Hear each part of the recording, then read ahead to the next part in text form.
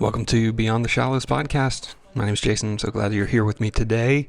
As always, these episodes are brought to you by youthworshiptraining.com, and I'd love for you to check out Youth Worship Training. Talk to a high schooler in your life who is interested in music and interested in maybe worship leadership, or just wants to invest in their youth group, and check out Youth Worship Training with them. It's gonna be really robust here in the next few months as I continue to work on it. But I've already got 15 different courses in there that your students can take, and just uploaded a new one recently. I'm really excited about it. So as you can probably tell from the background noise, this little episode is going to be a little bit different. You know what? Just sometimes life is busy and hard. I'm sitting here waiting for my van's oil change, and earlier today I needed to replace guitar strings, and so as you hear noise in the background, if you're just listening and not watching on video, that's what you hear is me changing a guitar strings for a kid in our church who needed new guitar strings. So part of the ministry that I'm doing these days. And so enjoy this episode talking about miracles and Jesus performing miracles, and how we need to love and engage and look for miracles in our own lives as well. All right, enjoy. Miracles. That is what we're talking about today. When you become a Christian, it's kind of a prerequisite that you believe in miracles. And for some people that's really uncomfortable. Now, I grew up in the church. That's something that I'm kind of more comfortable with, I guess, familiar with. And so, it's not shocking, it's not strange to me to think about miracles, consider miracles, to even expect miracles to happen in my life and in the lives of others.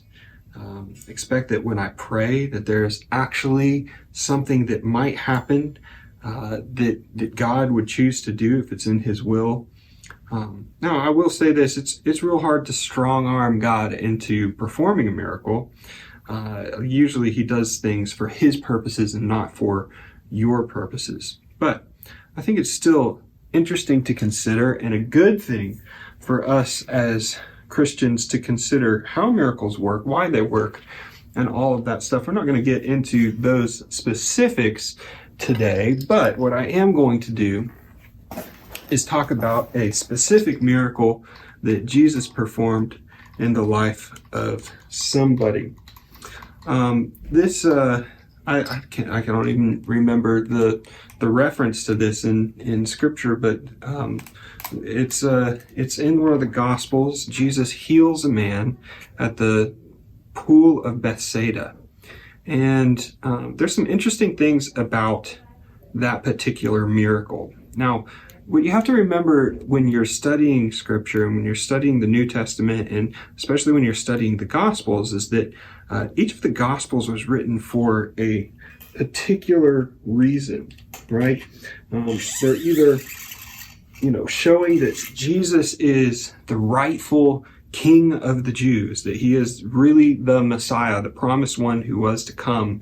And so from a Jewish perspective, like the book of Matthew is really important for that reason, because it's showing that Jesus is fulfilling all of these prophecies, and He is actually the promised Messiah who was predicted to come and has come to save the world, right? Matthew, Mark is written to more of a secular audience, to specifically Greeks and Romans, and so they wanted to know that Jesus was somebody who performed miracles and who had power over the spiritual realm. And so if you're into action movies, the book of Mark is for you, because that's what Jesus does. He does a lot of miracles. He performs a lot of miracles. And so you've got Matthew showing Messiah. You've got Mark showing Jesus' deity, right, and the power over the spiritual realm.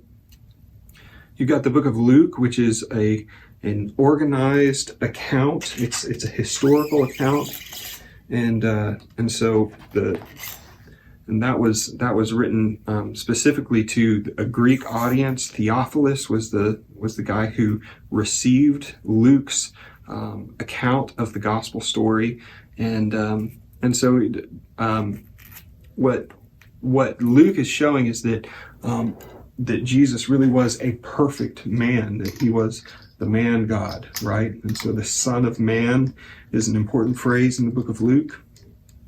And then John is that Jesus was actually God. And we see that in the very beginning of the book of John. In the beginning was the Word, and the Word was with God, and the Word was God, right? And so each of the miracles that are talked about in each of the Gospels serve that purpose, right? Serve the purpose of each of these books.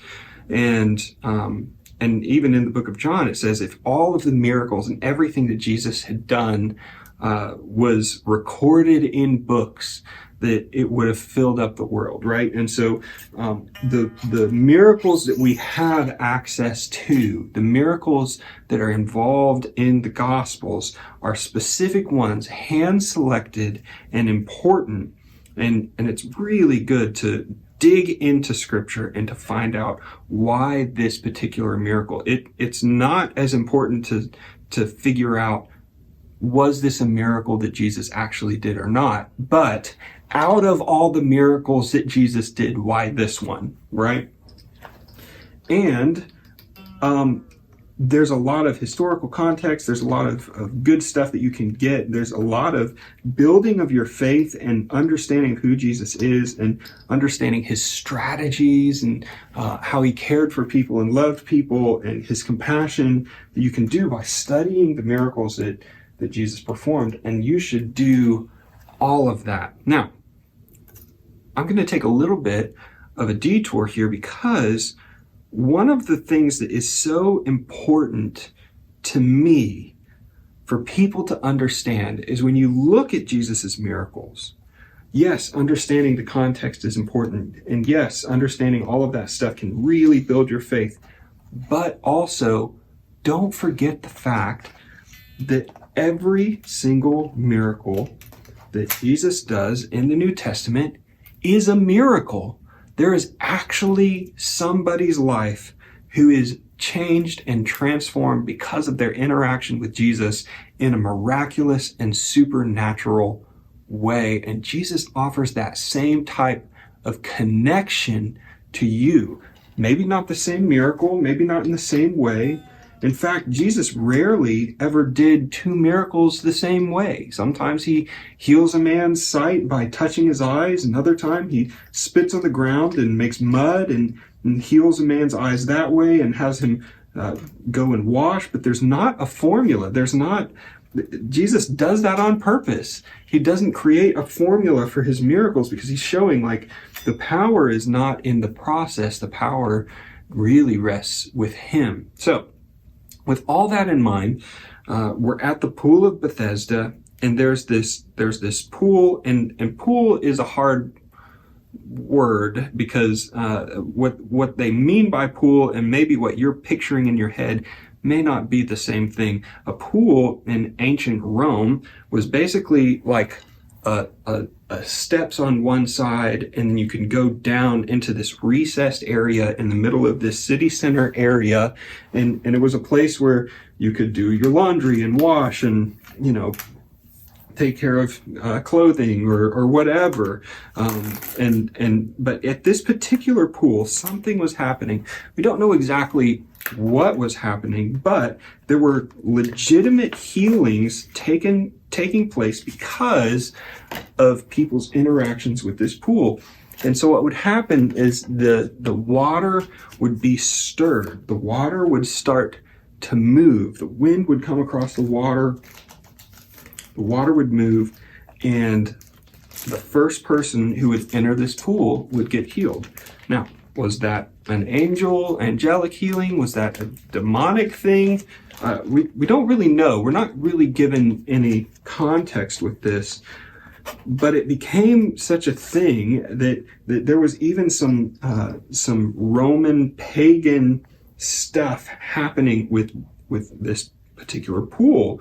And so the idea is that when Jesus came, and found this guy who had been crippled from birth and unable to walk and couldn't get into the pool in time because there was always somebody else who could beat him to the water and to get into the water to receive their healing before he could get there.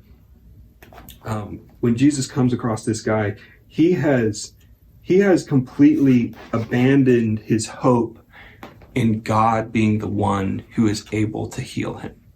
I think that's important for us to know in this story. He wasn't depending on any faith in God. Maybe some faith in an angel, maybe some faith in the process. Maybe he had put his faith in the Roman idea of what celestial being was healing people. We don't really know, but what we do know is that he'd pretty much given up. He still sat by the water in the hopes that he would get a friend who was close enough and helpful enough to him to help him get into the water when the water was stirred, so that then he could receive some healing. That was his only hope, was to get somebody else to show compassion to him. And years had gone by, and he's sitting by the edge of the pool still, not receiving compassion from anyone, not receiving love from anyone, being abandoned by everyone that he knew, loved, and trusted, and still unhealed. And he's sitting by the pool, and Jesus shows up, and he asks the man if he wants to be healed. Why would Jesus ask somebody if they would want healing? Of course he would want healing, right? Well, yes and no.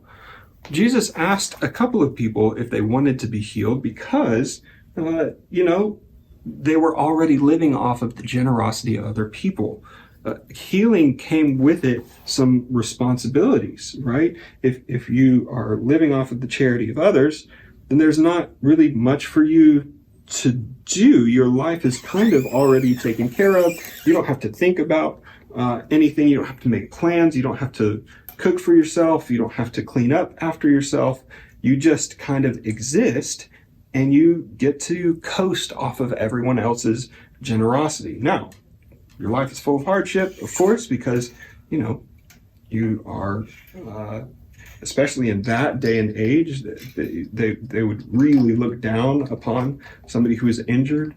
They would consider anybody with any type of ailment like this, like being unable to walk. They wouldn't just say, oh, this person has polio.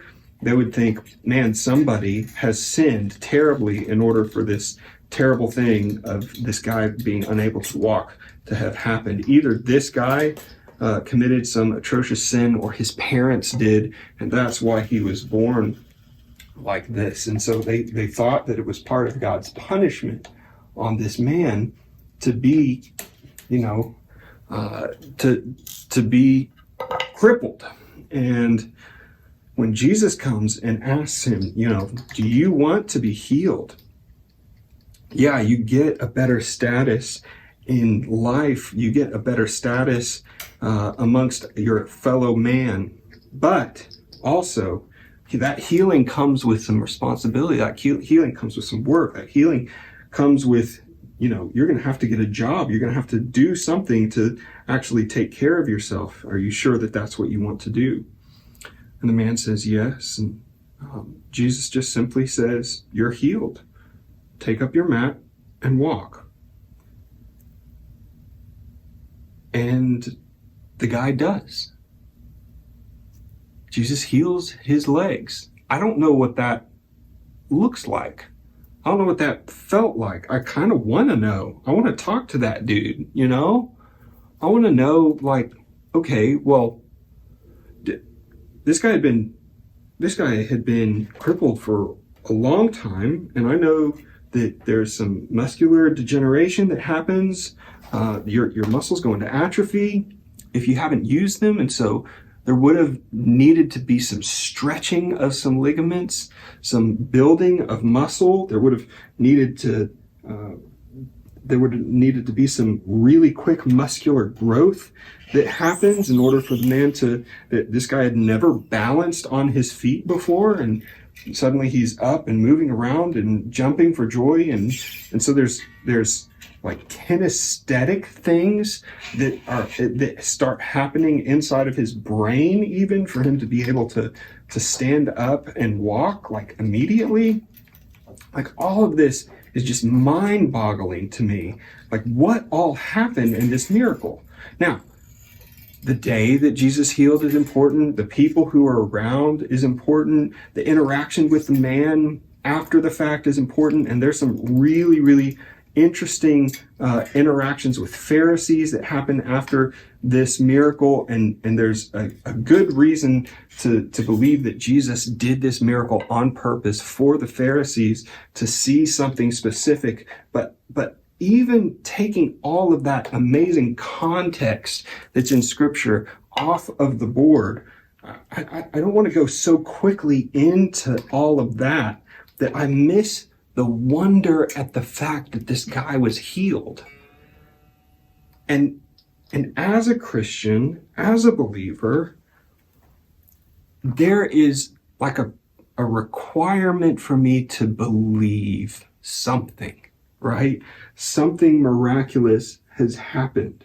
A requirement is probably a bad word, but like, how often do I just like coast through my life not considering the supernatural, not considering what's happening on the spiritual realm? Like, I need to be concerned with this. I need to be falling more in love with Jesus because of miracles and an understanding of miracles and how they work and why he does them. And I want to pursue that, right? And so I wrote a song because I realized that I had gotten so caught up in my study of Scripture. I'd gotten so caught up in understanding the context and understanding why Jesus was doing miracles that I began to lose some of the wonder of the miracles themselves and lose some of the wonder of who Jesus was and the compassion that he had for people in the midst of performing miracles on their behalf. And so I wrote this song called Wind in the Water, and I'll link it to this video if you'd like to listen to the song. It's out on platforms and stuff like that, but I don't want to move. I think a lot of times, like, we get an idea of like, okay, we're gonna read the Bible in a year plan, or I'm gonna do this particular devotion study, and I'm going to be really faithful in my study of the Word. And we're really quick to move from one thing to another, to another, to another, right? Just to check off the box and say that we did it. And this is one of those things that I refuse to move quickly past.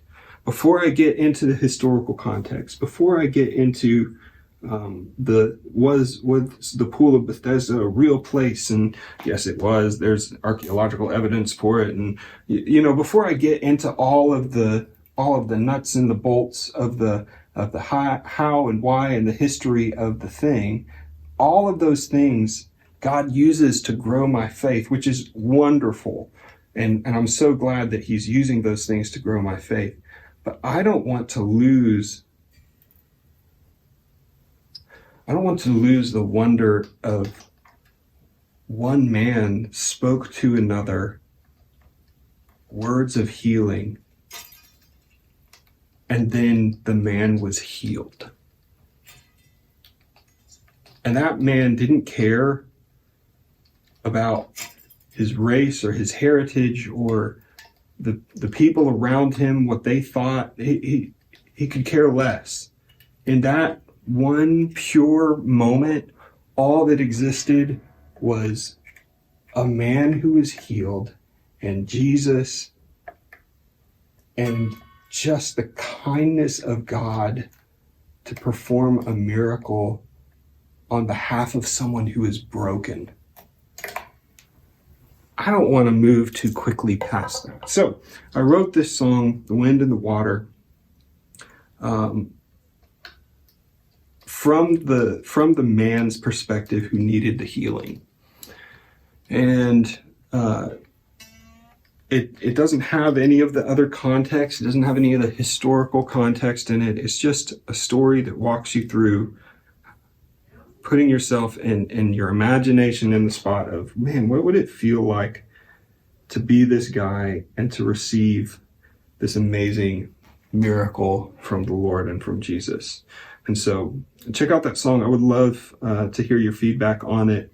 And if you are into stuff like that, let me know, because I am a bit of a songwriter, and I love the process a couple years ago writing this song. I would love to write some more like this.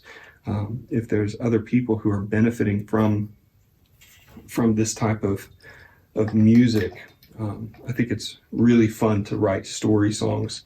But it's a very, very special person who can listen to and appreciate those stories.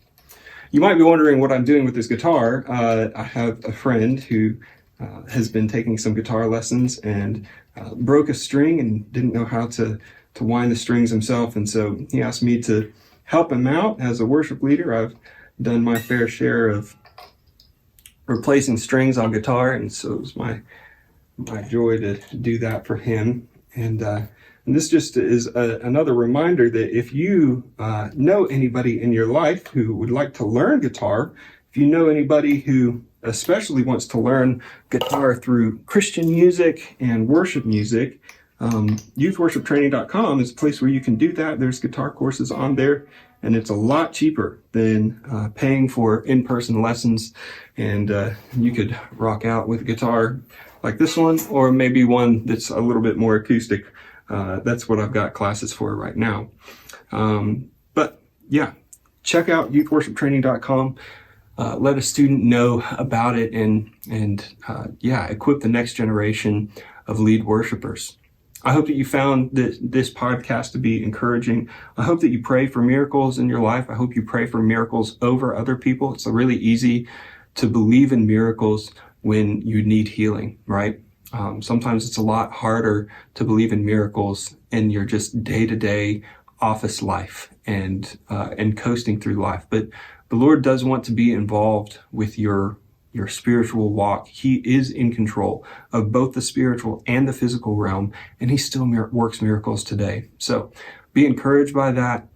Press into him and understand who he is. He wants to have a deep and meaningful relationship with you, and God bless you as you continue to pursue him and enjoy going beyond the shallows. We'll see you next week.